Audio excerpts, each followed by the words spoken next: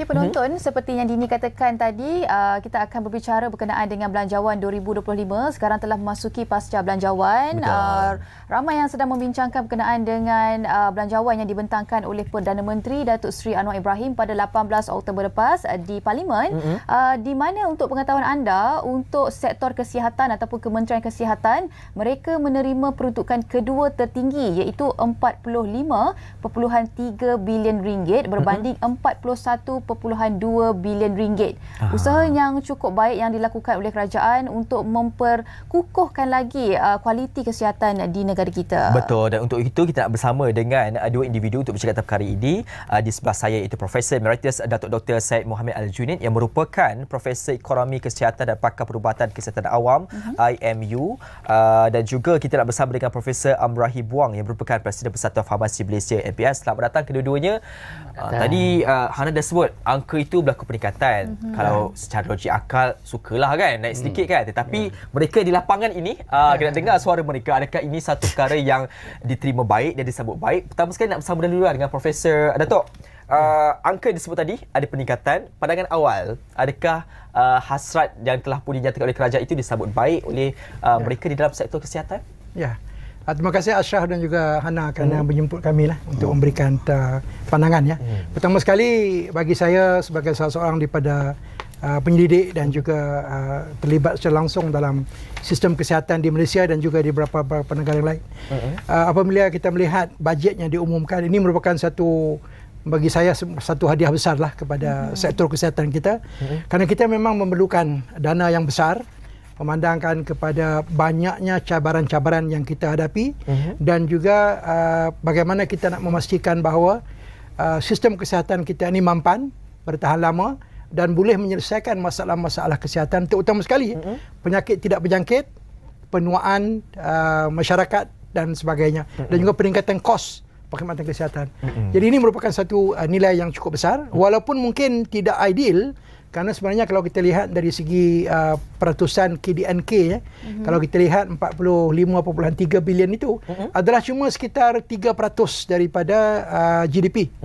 Jadi kalau kita bandingkan dengan apa yang kita rancangkan di dalam Kertas Putih Kesihatan yang telah pun diluluskan oleh Parlimen pada bulan Jun tahun lepas, kita mengharapkan bahawa kadar ataupun amount yang masuk diperuntukkan harus sekurang-kurangnya 5% daripada GDP untuk sektor awam saja. Jadi ini cuma sekitar 3%. Kita masih ada lagi 2% yang perlu kita usahakan. Dan ini mungkin dalam sekitar tambahan 20 bilion ke 30 bilion lagi yang kita perlukan seidealnya. Mungkin kita tahu kerajaan dan juga negara tidak mampu untuk terus bergerak ke arah itu pada saat sekarang kerana ekonomi dan sebagainya ada juga mempunyai impak yang besar. Walaupun ini merupakan satu angka yang signifikan, dan saya yakin kita akan dapat menyelesaikan ataupun mula mencari solusi kepada masalah-masalah kesihatan negara kita. Okey. Bagaimana pula dari kacamata Profesor Amrahi sendiri sebagai Presiden Persatuan Farmasi Malaysia MPS terhadap peningkatan belanjawan daripada tahun lepas 2024 kepada 2025 nanti? Jadi seperti mana yang Prof Syed kata tadi kan, kita sebenarnya dah orang kata apa menelusuri benda dah lama lah. Betul. Every year kita semak, pantau dan sebagainya. Peningkatan tu memang banyak. Okay. Tetapi kita jangan lupa bahawa salah satu faktornya adalah dia berkaitan dengan even berkait dengan sistem saraan yang baru ni. Betul. Sistem saraan yang baru ni akan ambil sebahagian besar daripada pertambahan itu, sebab dia akan ada kenaikan gaji dan sebagainya. Jadi macam kita tengok cara keseluruhan lah apa. Dan saya agree dengan apa yang Prof saya kata, kita kena ada yang 5% tu supaya benda tu lebih mampan untuk kita buat. Untuk makluman semua, kita tahu bahawa sistem kesihatan kita ni ada 2 tier tau. Betul. Maknanya kita ada public, kita ada private. Jadi selama ni sejak kita merdeka, fokusnya memang kepada public, sebab sebagai kerajaan dia nak kepada public. Kan? Tapi dalam masa yang sama di sektor swasta juga berkembang. Kan? Jadi hasrat kami, saya setuju dengan Prof tadi, di mana masa kami dulu berbincang tentang health white paper tu, Kertas Putih Kesihatan ni, Dan kita tahu bahawa benda ni mesti diselesaikan secara meluas. Okey. Isu dia sekarang ni dah setahun lebih dah ni. Dari segi framework kerangka itu kan, sebab dia Kata Putih Kesihatan tu diluluskan di Parlimen.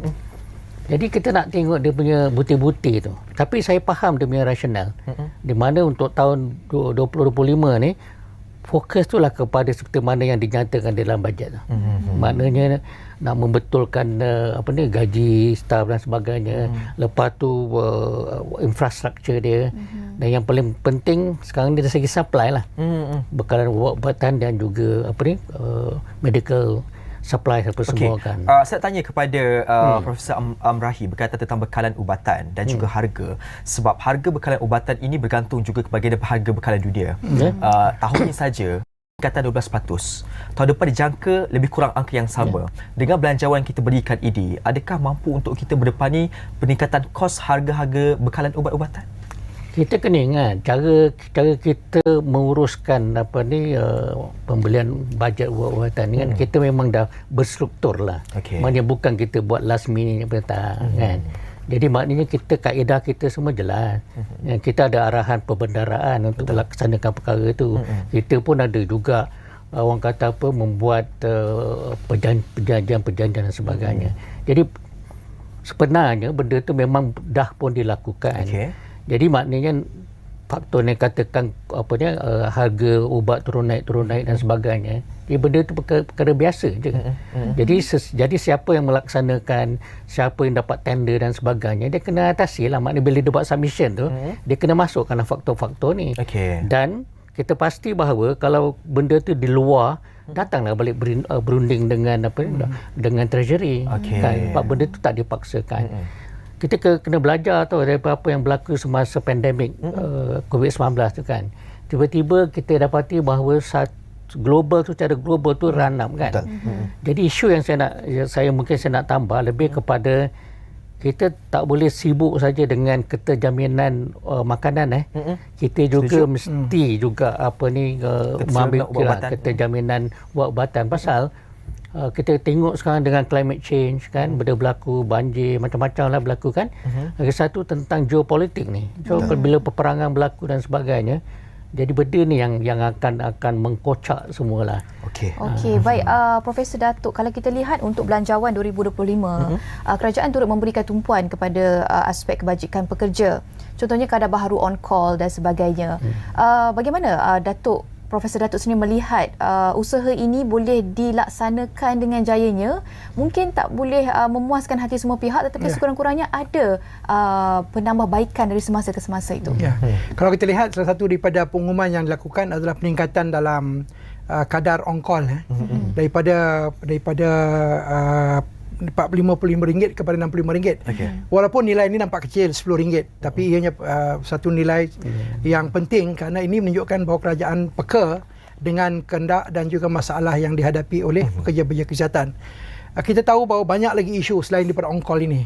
Dari segi kontrak staff dan sebagainya harus kita selesaikan. Dan kita mesti ingat bahawa dalam sistem kesihatan ni, ianya labor intensif. 65% sehingga 70% daripada semua perbelanjaan itu biasanya berkaitan dengan gaji dan juga emolument. Jadi untuk menyelesaikan masalah ini tidak mudah.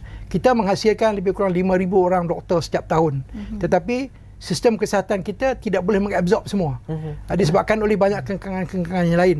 Sudah ada saranan-saranan misalnya menubuhkan suruhanjaya khusus dan sebagainya. Tapi ini perlu masa dan juga perlu dirancangkan dengan terperinci. Dalam kertas putih kesihatan juga ada kita bincangkan perkara ini. Misalnya salah satu daripada optionnya adalah untuk merombak melakukan reformasi yang secara total dalam sistem kesihatan sehingga boleh menghasilkan satu keadaan di mana hospital-hospital ini berada dalam keadaan autonomous walaupun ianya dimiliki oleh kerajaan. Jadi apabila mereka autonomous, mereka boleh mengambil pekerja-pekerja tanpa mengikut norma yang ditetapkan oleh misalnya GPA dan sebagainya. Tapi bila kita boleh bergerak ke arah itu, Kerana ini bukan mudah dilaksanakan kerana memerlukan sumber kewangan, memerlukan penggubalan dari segi undang-undang dan sebagainya. Tapi pada masa yang sama kita harus cuba mengurangkan penghijrahan doktor-doktor kita yang telah pun terlatih ini ke negara jiran misalnya Singapura dan juga Singapura dan sebagainya, yang menarik mereka kerana mereka sudah menjalani housemanship tapi tidak boleh mendapat kontrak. Jadi mereka lari ke negara lain. Ini merupakan kehilangan besar. Saya rasa walaupun kita lihat ada rungutan mengenai kadar yang on-call yang diumumkan adalah tidak memuaskan, tetapi saya rasa kita bersyukur kerana kerajaan memberikan tumpuan dan juga cuba menyelesaikan masalah ini walaupun tidak total, tidak dapat menyelesaikan semuanya. Tapi ini merupakan langkah yang baiklah bagi saya. Okey, baik. Selain daripada itu juga dalam konteks perbelanjaan sektor kesihatan ini, selain daripada pengurusan dan juga soal membelanjakan untuk merawat mereka, strategi yang sering kali digunakan oleh pihak KKM supaya janganlah sampai kena penyakit, kena gaya hidup sihat, maka dapat kurangkanlah juga perbelanjaan negara. Perkara ini saya nak fokus berkaitan tentang inisiatif peperangan terhadap gula, tapi nanti dulu kita cerita tentang perkara ini, kita tak berjalan seketika. Menarik minat saya, inisiatif peperangan terhadap gula dilakukan melalui duty exercise yang diberikan kepada bahan-barangan ataupun minuman bergula ni. Sekarang pun kabinet pun di parlimen dah mulakanlah hari tanpa gula di parlimen. Satu mesej yang diberikan oleh pemimpin. Rakyat juga harus sambut tentang perkara ini. Bagaimana saya nak tanya pandangan daripada Profesor Amrahi sendiri. Nampak inisiatif macam kecil kan, hanya satu seolah-olah bagaikan satu program kempen, tetapi dalam masa sama sebenarnya memberi kesan impak besar terhadap pengguna. Sebab kita ni bab gula, bab garam, everyday routine. Nombor satu. Okey, bagaimana tentang hal ini? Saya rasa ni lebih kepada knee-jerk jugalah. Pasal apa? Apabila kita tengok report card kita berkenaan dengan NCD, diabetes dan sebagainya, Berdebar. tak, kita punya rekod tak berapa cantik. Too bad. Okay. So jadi apa kita perlu buat? Kita kena start lah. So this campaign is not new lah. Ada dibuat oleh negara-negara lain kan. Dan kita memang menyokong lah. Maknanya better late than never kan. Right? So jadi benda ni lebih kepada healthy living lah. Maknanya kita nak hidup secara sihat kan. Manis tu kita nak, tetapi bukan daripada sumber gula lah. Jadi itu yang kita cubakan. So jadi apa yang kita boleh orang kata buat pertambahan, hasil daripada perkara-perkara ni kita kena pump balik kepada KKM. Okey. Itu pun dijanji dikatakan oleh Perdana Menteri sendiri. Dia kena pump balik benda ni. Itu satu. Yang keduanya, since saya dah mention tentang NCD tadi tu kan. Jadi sebenarnya selain daripada penyakit diabetes, kita juga ada penyakit darah tinggi dan juga kardiovaskular kan, yang merupakan punca utama kematian kan. Jadi kita cuma kami lah, saya ingat Prof pun setuju kan. Kita pun nak cadangkan supaya something must be done lah tentang garam. Jadi macam mana kita buat, kita tengoklah inisiatif yang lebih baik. Sebab perkara ni yang menyumbang kepada ni. Sebab apabila dia dah menjadi NCD macam ni, nak merawat dia tu jadi sukar. Yang kita kata tiga serangkai tu kan, dia jadi macam tu lah. Dia lebih kepada cara kita pemakanan kita. Jadi berbalik kepada apa yang patut rakyat jelata buat kan. Dia lebih kepada gaya hidup sihat je. Jadi pada tak tahulah, tetapi dalam kita berbincang tentang white paper dulu apa semua kan. Ni in fact kita tengok kan, gaya hidup kita ni memang kena ubah. Betul. Contoh saya tak tahulah, tapi kalau boleh saya berkongsi cerita ni kan. 30 tahun dulu kan, saya ni pun nakal juga ada dulu kan. Keluar juga tengah malam kan. Tetapi apabila kita tengok at that time, couple, bawa baby, keluar makan tengah malam. So it's not good lah. So what happened? That baby tu dah 30 tahun That baby tu 30 tahun. So you imagine macam mana lifestyle kan. Itu. So jadi salah satu yang saya penasaran kepada kerajaan, in fact kepada Kementerian Wanita, Keluarga dan ni kan, kita kata kan Muslim kan kena pergi kursus pra-perkahwinan. Betul. Perkahwinan kan. So dalam kursus pra-perkahwinan tu, tolonglah masukkan elemen ini. Elemen ni supaya dia nak start family. Betul. So dia kena ada knowledge kan daripada kan. Sebab masa dalam health white paper pun kita kata kita kena melihat daripada womb to tomb. Kan, bukan maknanya ni bukan tugas KKM ni. Ni semua daripada kita kena terlibat. So jadi budaya tu yang kita kena jaga. So it's all basically social behaviour lah. Okey, Profesor Doktor, itu Datuk berkenaan dengan gula. Okey, kalau kita bercakap berkenaan dengan sektor kesihatan di negara kita, selalu sinonim dengan kemudahan asas infrastruktur dan sebagainya. Okey, dalam Belanjawan 2025 ada dinyatakan 1.35 bilion ringgit untuk menaik taraf kemudahan dan fasiliti di hospital dan juga klinik kerajaan. Pada pendapat Profesor Datuk sendiri, bagaimana sebenarnya usaha ini boleh dilakukan untuk mendapatkan orang kata kesan baik itu secara optimum sekali? Kalau kita lihat ada laporan-laporan mengatakan beberapa hospital dan sebagainya menghadapi masalah untuk maintain peralatan dan sebagainya. Jadi saya rasa peruntukan ni walaupun nampak 1.5 bilion tu, itu sebenarnya juga adalah nilai yang kecil ya. Banyak lagi perlu kita perbaiki dari segi itu, misalnya peralatan baru dan sebagainya. Pada masa yang sama banyak peralatan yang terkini yang boleh memberikan output yang lebih baik daripada yang sedia ada. Ini juga harus diabsorbkan dalam sistem itu. Yang penting adalah bagaimana kita mengurus 1.5 bilion tadi. Bagaimana kita melantik misalnya kontraktor-kontraktor yang berwibawa mempunyai track record untuk membekalkan peralatan-peralatan tadi, dan pembekalan itu juga harus direlatekan dengan kualiti. Kalau mereka membekalkan tetapi tidak alat yang dibekalkan itu tidak berfungsi dengan baik dan sebagainya, kita perlu cari jalan bagaimana ini harus dikurangkan impact tersebut. Begitu dengan bangunan-bangunan hospital dan sebagainya. Ada 2-3 tahun lepas kita lihat ada hospital yang mana ceilingnya asyik runtuh saja ya. Mungkin kerana kontraktor yang diberikan kontrak tersebut tidak melaksanakan tugas dengan baik. Jadi apabila kita nak menawarkan tender-tender ini kepada kontraktor-kontraktor yang berjaya, pastikan kita melakukan due diligence dan juga kita harus mengelakkan daripada intervensi-intervensi orang-orang yang tidak diperlukan untuk mempengaruhi proses memberikan tender tadi. Harus telus, harus transparent. Dan kalau sekiranya kita bincang mengenai ubat-ubatan dan sebagainya, tender untuk memberi obat dan sebagainya, pembelian itu harus menggunakan apa yang kita katakan sekarang ini sebagai strategic purchasing. Setiap kali kita membeli, kita harus pastikan bahawa apa yang kita belikan itu ada outcome-nya. Inilah baru kita katakan value based healthcare.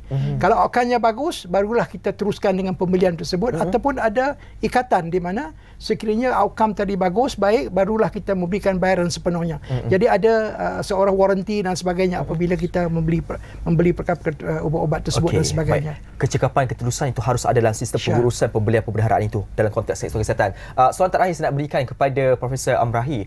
Sekarang ini berkaitan tentang isu pembelanjaan negara itu, khusus di sektor kerajaan, dapat kurangkan kalau pengguna beralih kepada sektor swasta. Saya tidak langsung dapat mengurangkan sebanyak sedikit pembelanjaan di sektor kerajaan.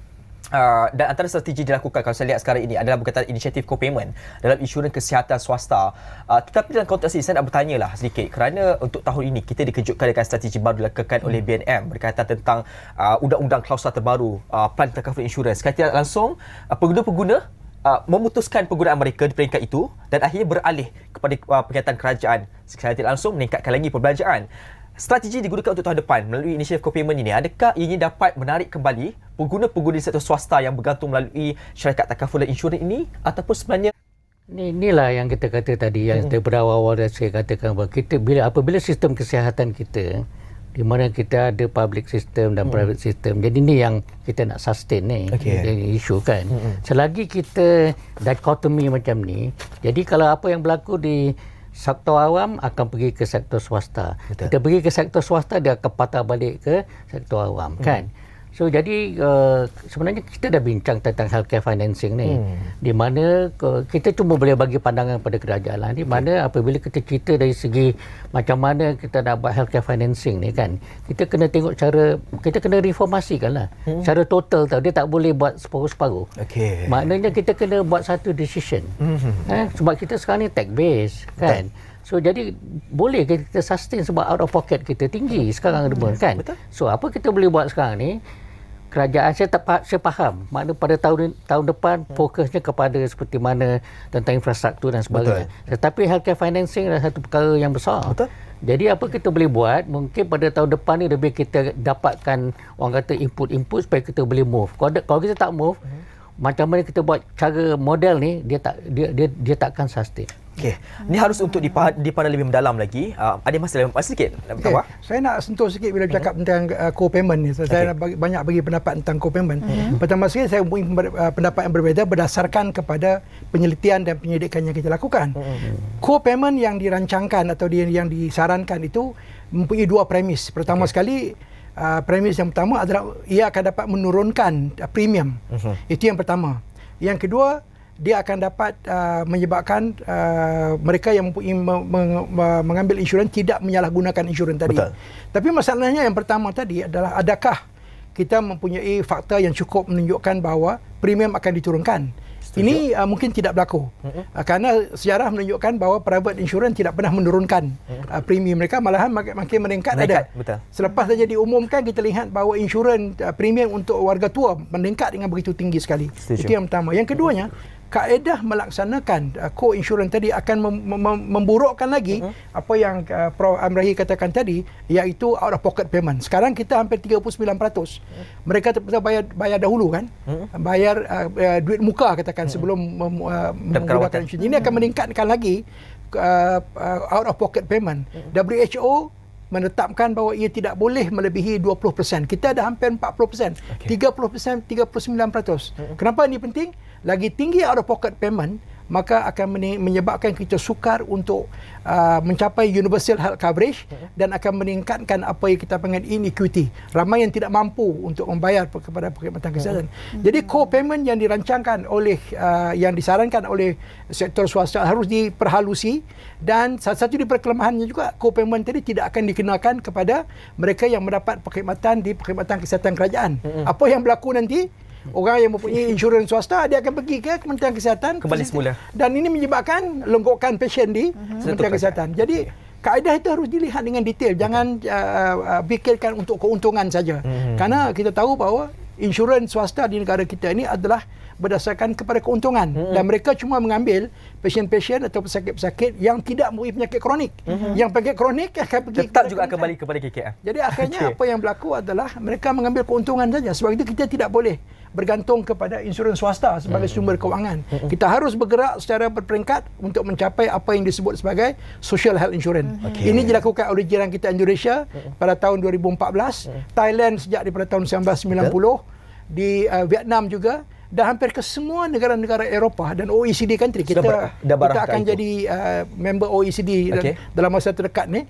Semua negara-negara OECD ini mempunyai social health insurance. Jadi kita mesti menuju ke arah itu. Okey, baik. Saya kira topik ini harus dibincangkan lebih banyak lagi selepas ini kerana banyak perkara untuk dilihat. Terima kasih kita ucapkan kepada kedua-duanya, iaitu Profesor Amrahi Buang dan juga Profesor Emeritus Datuk Dr. Syed Mohamed Al-Junid atas perkongsian ini. Terima kasih juga kepada anda meluangkan masa hampir sejam bersama dengan kami. Ya, insya-Allah kita jumpa lagi minggu depan. Banyak lagi topik yang kami akan bawakan kepada anda. Sudah pasti antaranya berkaitan dengan belanjawan 2025 lah. Kita jumpa lagi minggu depan. Saya Hana Nazir. Saya Dia Salim. Selamat tinggal.